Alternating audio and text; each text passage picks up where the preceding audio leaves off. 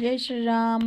How are you all? ఎలా ఉన్నారండి అందరూ? నేను బాగున్నాను. మీ అందరూ కూడా బాగున్నారని, ఇంకా చాలా బాగుండాలని మనస్ఫూర్తిగా కోరుకుంటున్నాను. నిన్న నేను చిన్న బేబీ పొటాటోస్ తోటి ఒక స్పెషల్ రెసిపీ చేశానండి. నేను ఫ్రీక్వెంట్గా చేస్తూ ఉంటాను బేబీ పొటాటోస్ దొరికినప్పుడల్లా. అలాగే ఎవరైనా గెస్ట్లు వస్తున్నప్పుడు చేస్తే కూడా వాళ్ళు కూడా చాలా ఎంజాయ్ చేస్తూ తింటారు. ఎలా చేశారండి, బాగుంది అని అడుగుతారనమాట. సో ఈ రెసిపీ మీతో కూడా షేర్ చేద్దామని చేస్తున్నాను. యాక్చువల్లీ ఇంకా చిన్నవైతే ఇంకా బాగుంటాయి. మాకేమో కొంచెం పెద్ద చిన్న అలా దొరికాయి అన్నమాట. మనం ఏరుకునేటట్టు కాదు, ప్యాక్ చేసి అమ్ముతారు కదా విజేతాలో, అక్కడ తీసుకున్నాము. మనం ఏరుకునే మాట అయితే అన్నీ ఒకే సైజు ఏరుకోవచ్చు. సరే, అవి ఒక 4-3 సార్లు కడిగేసి ఇలా కుక్కర్లో పెట్టి జస్ట్ ఒక విజిల్ వచ్చే వరకు బాయిల్ చేశాను అనమాట. బాయిల్ చేశాక కొంచెం చల్లారాక అన్నిటినీ తొక్క తీసి ఇలా పెట్టుకుని కడాయిలో కొంచెం నూనె పోసుకొని ఇవి బంగాళదుంపలు వేసి కొంచెం సిమ్లో పెట్టి వదిలేస్తే అండి అలా మెల్లిగా వేగుతూ ఉంటాయన్నమాట. ఎందుకు మెల్లిగా వేగాలి అంటే వాటి పైన ఇలా పెచ్చు కట్టినట్టు రావాలన్నమాట బ్రౌన్గా, అప్పుడు క్రిస్పీగా బాగుంటాయి. ఈ పెద్దవి 4-5 దుంపలు కనబడుతున్నాయి కదా, అవి కూడా కొంతసేపు పోయాక నేను వాటిని 2 కింద కట్ చేశాను.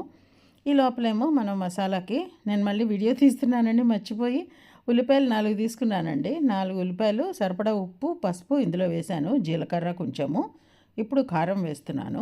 అంటే ఆ కూరకి అది కిలో ఆలుగడ్డలు అనమాట. సో కిలోకి మనం వాడే కారం లో కూడా కారం ఎక్కువ ఉంటే కొంచెం తక్కువ వేసుకోవాలి. ఇది ఇప్పుడు నేను వాడుతున్న కారం కొంచెం ఎక్కువగానే ఉంది స్పైసీ, అందుకని కొంచెం తగ్గించే వేశాను. వెల్లుల్లిపాయలు కావాలనుకున్న వాళ్ళు వెల్లుల్లిపాయలు కూడా వేసుకోవచ్చు, వద్దు అంటే స్కిప్ చేసేయచ్చు. సో అదిగో జీలకర్ర ఇప్పుడు వేసాను. సో ఇవన్నీ మిక్సీ పట్టేయాలి. మిక్సీ పట్టింది ఇలా వస్తుంది. యాక్చువల్లీ ఇంకా ఒక 2 సార్లు తక్కువ తిప్పుకుంటే మీకు కొంచెం ఇలా రేకుల్లాగా వస్తుంది అనమాట. అలా అయితే ఇంకా బాగుంటుంది. ఇది కొంచెం ఎక్కువ గ్రైండ్ అయినట్టే మనం అనుకోవచ్చు. పల్స్ మోడ్లో పెట్టి కొంచెం గ్రైండ్ చేస్తుంటే మనకు అలా వస్తుంది. ఇగో ఈ వేగినవి ఇలా వస్తున్నాయి అనమాట, ఇలా పెచ్చు కట్టినట్టు.